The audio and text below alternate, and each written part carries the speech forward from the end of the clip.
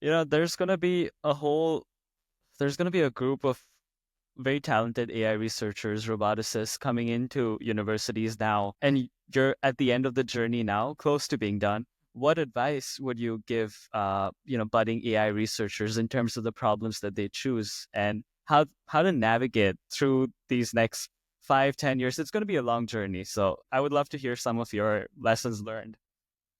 Yes, it is. Yeah, it's definitely a long journey. And the answer to that question is it's hard today than it has ever been, and it's only getting harder. The way the field is moving today it is not something that we thought would happen even when I started my PhD, to be honest. We didn't have language models when I started my PhD. So just through these the last 4 years, things have changed in massive ways. Um, which is in some ways good for the technology that we have these very capable models to do a lot of things that were just genuinely really hard to do before. But for a researcher, that just makes life a lot more complicated because just your notion of how to solve problems seems to almost change overnight on the research timescale.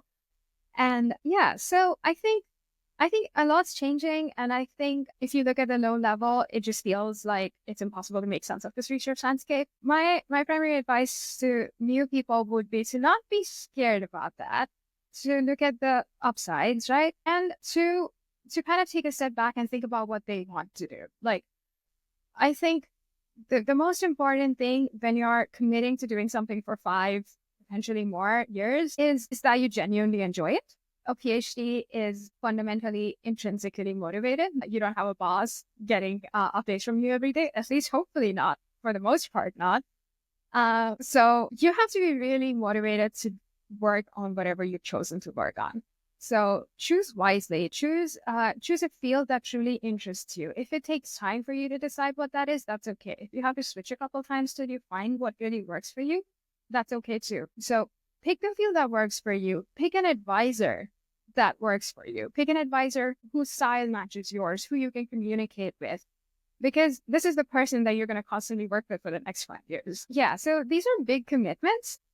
So it's always nice to make that choice wisely, change as much as you want till you find your right match and not worry about that. But once you've found the field that really interests you and you work with a person that you really enjoy working with, it's just different. It's really rewarding. Yeah.